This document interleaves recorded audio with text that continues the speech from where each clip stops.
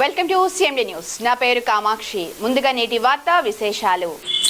కోవూరు మండలం వైఎస్ఆర్సీపీ పార్టీ కార్యాలయంలో జిల్లా రైతు సమస్యలపై మీడియా సమావేశం జరిగింది. జిల్లా రైతు విభాగ అధ్యక్షుడు శివుని నరసింహలో రెడ్డి అధ్యక్షతన జరిగిన ఈ సమావేశంలో రైతుల సమస్యలను ప్రస్తావిస్తూ ప్రభుత్వంపై తీవ్ర విమర్శలు చేశారు. కూటమి ప్రభుత్వం అధికారంలోకి వచ్చిన తర్వాత పెట్రోల్, డీజిల్ ధరలు పెరగడంతో పాటు పిండి కట్టలు, పురుగు మందులు వంటి వ్యవసాయ అనుబంధ వస్తువుల ధరలు కూడా భారీగా పెరిగాయని అన్నారు. దీంతో రైతులు దిక్కుతొచ్చిన పరిస్థితిలో ఉన్నారని ఆవేదన వ్యక్తం చేశారు. గత వైసీపీ ప్రభుత్వ హయాంలో రైతులపై ఇలాంటి భారం మోపలేదని పేర్కొంటూ ప్రస్తుతం రైతాంగంపై అధిక ధరల భారం వేయడం ఎంతవరకు సమంజసమని ప్రశ్నించారు. పెరుగుతున్న ఖర్చులతో భవిష్యత్తులో వ్యవసాయ రంగం పూర్తిగా కనుమరుగయ్యే ప్రమాదం ఉందని హెచ్చరించారు. అనంతరం వైసీపీ నేత నీలపరెడ్డి ప్రసాద్ రెడ్డి మాట్లాడుతూ రాష్ట్రంలో నిత్యావసర సరుకులు, పెట్రోల్, డీజిల్, వ్యవసాయ అనుబంధ వస్తువుల ధరలు విపరీతంగా పెరుగుతున్నాయని అన్నారు. రైతులను ఆదుకునేందుకు ప్రభుత్వం తక్షణమే సమీక్ష నిర్వహించే గిట్టుబాటు ధర కల్పించాలని డిమాండ్ చేశారు. పెరిగిన ధరలతో రైతులు తీవ్రంగా నష్టపోతున్నారని, ప్రభుత్వం అన్నదాతలను ఆదుకోవడంలో పూర్తిగా విఫలమైందని వైసీపీ నేతలు ఆరోపించారు. ఈ కార్యక్రమంలో జెడ్పీటీసీ కవరగిరి శ్రీలత, వైసీపీ జిల్లా ఉపాధ్యక్షులు పచ్చిపాల రాధాకృష్ణారెడ్డి, జిల్లా ప్రధాన కార్యదర్శి రామిరెడ్డి మల్లికార్జునరెడ్డి, కోరి మండల కన్వీనర్ అత్తిపల్లి అనూప్ రెడ్డి, మావులూరు శ్రీనివాసులు రెడ్డి, మహేష్, నలుబోలు సుబ్బారెడ్డి, జానాగౌడ్, కవగిరి ప్రసాద్ తదితరులు పాల్గొన్నారు. రంగం బ్యారేజీ శంకుస్థాపన చేస్తే కొన్ని అనారోగ్య కారణాల వల్ల రాజశేఖర్ గారు చనిపోయారు. తర్వాత చంద్రబాబు నాయుడు మరి సీఎం అయ్యారు.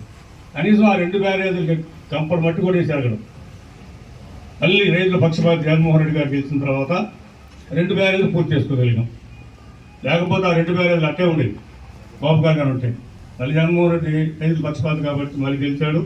గెలిచిన తర్వాత 2 బ్యారేజీలు పూర్తి చేశాడు. ఏదైనా సరే ఆచరణ చేయాలంటే మాత్రం మన జగన్మోహన్ రెడ్డి గారికి సాధ్యం. ఇంకొకటి, పెన్షన్లు కుటుంబీకులు అందరూ కూడా అన్యాయం అయిపోతున్నారు.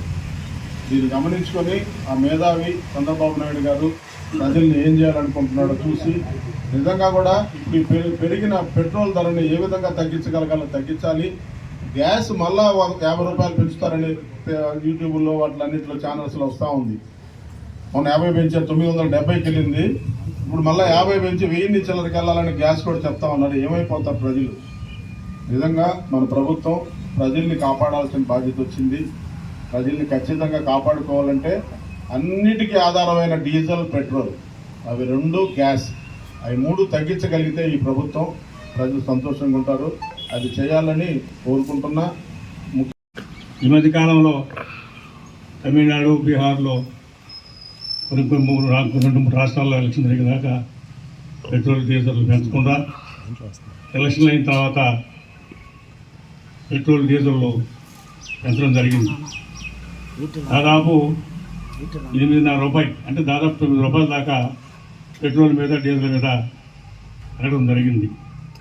గతంలో 2004లో జగన్మోహన్ రెడ్డి గారు సీఎంగా ఉన్నప్పుడు పెట్రోల్, డీజిల్ పెరిగితే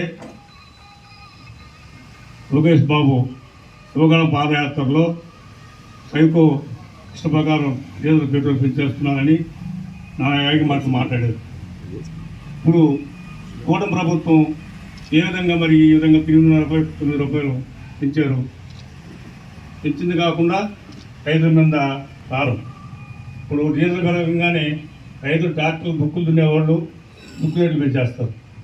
తర్వాత ట్రాన్స్పోర్ట్, ఏదైనా సరుకులు వచ్చాయని ట్రాన్స్పోర్ట్ పెరుగుతాయి, నిత్యావసర వస్తువులు రేట్లు పెరుగుతాయి. ఏది కూడా ప్రభుత్వం చెప్పేది ఒకటి, చేసేది ఒకటి. చెప్పిన దానికి చేసిన దానికి ఆచరణ ఉండనే ఉండదు. కాబట్టి అది కూడా కాకుండా మళ్ళీ పిండి కట్టలు, కాంప్లెక్స్ ఎరువులు ఒక్కొక్క బస్తాకి 400 నుంచి 375 నుంచి 400 వరకు పెంచడం జరిగింది. ఈ విధంగా పెంచుకుంటూ పోతే రైతు రాబోయే రోజుల్లో వ్యవసాయం చేయడం దండగాని ఖచ్చితంగా మానేస్తారు.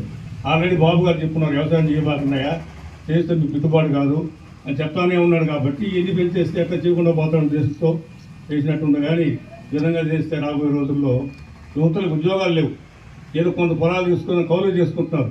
ఆ కౌలు చేసుకునే వాళ్ళు కూడా మానేస్తారు. ఎందుకంటే ఈ విధంగా రేట్లు పెరిగిపోతే నాణ్యతలు చూస్తే ఎకరాకి 5,000, పిండికట్టలు చూస్తే అన్ని కాంప్లెక్స్లు పెరిగినాయి.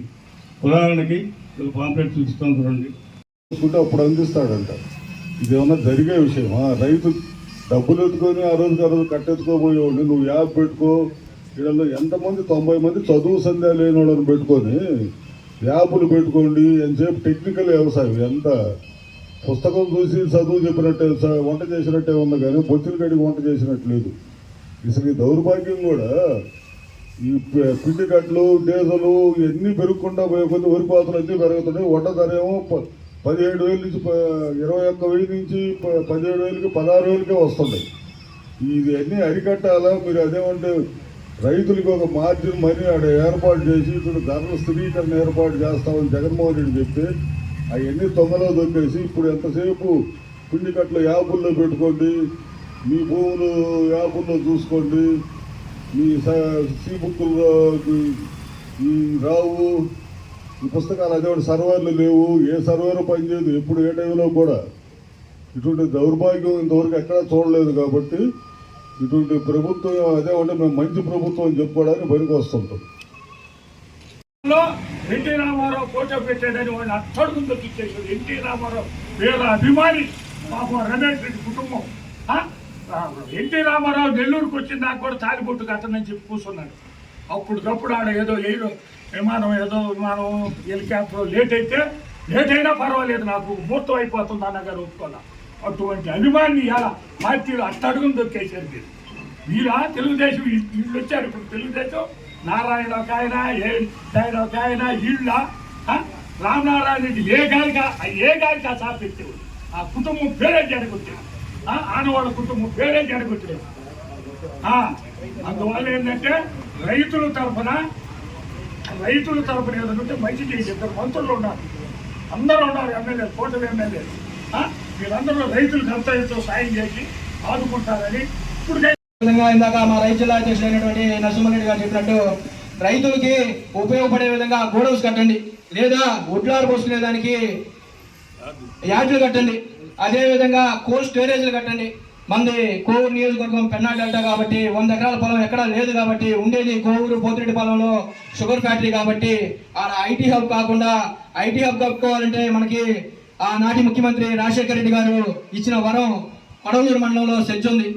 యువతకి ఉద్యోగాలు కల్పించాలనుకుంటే అక్కడ కల్పించండి, రైతుకి మేలు చేయాలనుకుంటే ఈ 100 ఎకరాల్లో రైతుకి కావాల్సిన ప్రతి ఒక్కటి అక్కడ చేసి పెట్టండి. ఎందుకంటే మనకు అందుబాటులో మన పెన్నా డెల్టా, మన డెల్టా ప్రాంతం కాబట్టి మనకు అందుబాటులో ఉంటుంది, రైతులకు ఉపయోగపడుతుంది. రైతులకి ఏమాత్రం మంచి చేయాలన్నా ఈ 2 సంవత్సరాలు పూర్తయింది. ఇంక 3 సంవత్సరాల్లో ఆ 100 ఎకరాల్లో మీరు యాడ్లు అయితే ఏమి, కోల్డ్ స్టోరేజ్లు అయితే ఏమి, ఒడ్లు స్టాక్ చేసిన గోడాలను అయితే ఏమి రైతులకి ఉపయోగపడే విధంగా చేస్తారని చెప్పి కూడా, రైతులకి మేలు చేసే విధంగా కూడా చేస్తారని చెప్పి చెప్తాను. ఎందుకంటే ఇక్కడ రాష్ట్రంలో ఎమ్మెల్యేగా ప్రశాంత్ రెడ్డి గారు అయితే అక్కడ కేంద్రంలో ఎంపీ గారు వేమిరెడ్డి ప్రభాకర్ రెడ్డి గారు. మనకి ఇక్కడ కావాలన్నా పర్మిషన్ వస్తుంది, కేంద్రంలో కావాలన్నా పర్మిషన్ వస్తుంది. దాన్ని ఉద్దేశంలో పెట్టుకొని రైతులు మేలు చేసే విధంగా షుగర్ ఫ్యాక్టరీలో రైతులకు సంబంధించిన ప్రతి వస్తువు, ప్రతి యార్డు అక్కడే ఉండాలని కూడా తెలియజేసుకుంటూ ఇంతటి అవకాశం కల్పించిన పెద్దలందరికీ ధన్యవాదాలు. ముఖ్య గమనిక, మా హాస్పిటల్ నందు డాక్టర్ ఎన్టీఆర్ వైద్య సేవ అందించబడెను. పేదలందరికీ ఆధునిక వైద్యం చేయబడెను. మాలిని దేవి multi speciality hospital, Christian Peta, 5వ లైన్, కావలి. డాక్టర్ గుట్టిపాటి మాలిని దేవి ఎంబీబీఎస్, ఎంఎస్, ఓబీజీవై, కాన్పులు మరియు గర్భకోశ వ్యాధి నిపుణులు. మాలిని దేవి మల్టీ స్పెషాలిటీ హాస్పిటల్ నందు అందించు వైద్య సేవలు: సాధారణ కాన్పులు, సిజేరియన్లు, లాప్రోస్కోపిక్ ద్వారా గర్భసంచికి సంబంధించిన ఆపరేషన్లు, ట్యూబెక్టమీ, పిల్లలు లేకుండా operation, high risk pregnancy, ectopic pregnancy మరియు గర్భసంచి నీటి బుడగలు, గర్భసంచి జారిన ఆపరేషన్లు, రొమ్ముగడ్డలకు చికిత్స, నెలసరి ఇబ్బందులకు చికిత్స, మెనోపాజ్ సమస్యలకు చికిత్స చేయబడును. స్త్రీలకు సంబంధించిన అన్ని సమస్యలకు చికిత్స చేయబడును. Doctor Battina Narendra Babu MBBS, MS, general and laparoscopic surgeon. Laparoscopic ద్వారా అపెండిసెక్టమీ, 24 గంటల కడుపు నొప్పికి చికిత్స, హెర్నియా మరియు పిత్తాశయంలో రాళ్లు తీయబడెను. వరి బీజం, హెర్నియా, నరాలు ఉబ్బడం, హైడ్రోసెల్, థైరాయిడ్ ఆపరేషన్లు చేయబడెను. Malinidevi multi speciality hospital, Christian Peta, 5వ లైన్, కావలి. ఫోన్ నంబర్స్ 9398665676 మరియు 08626245167.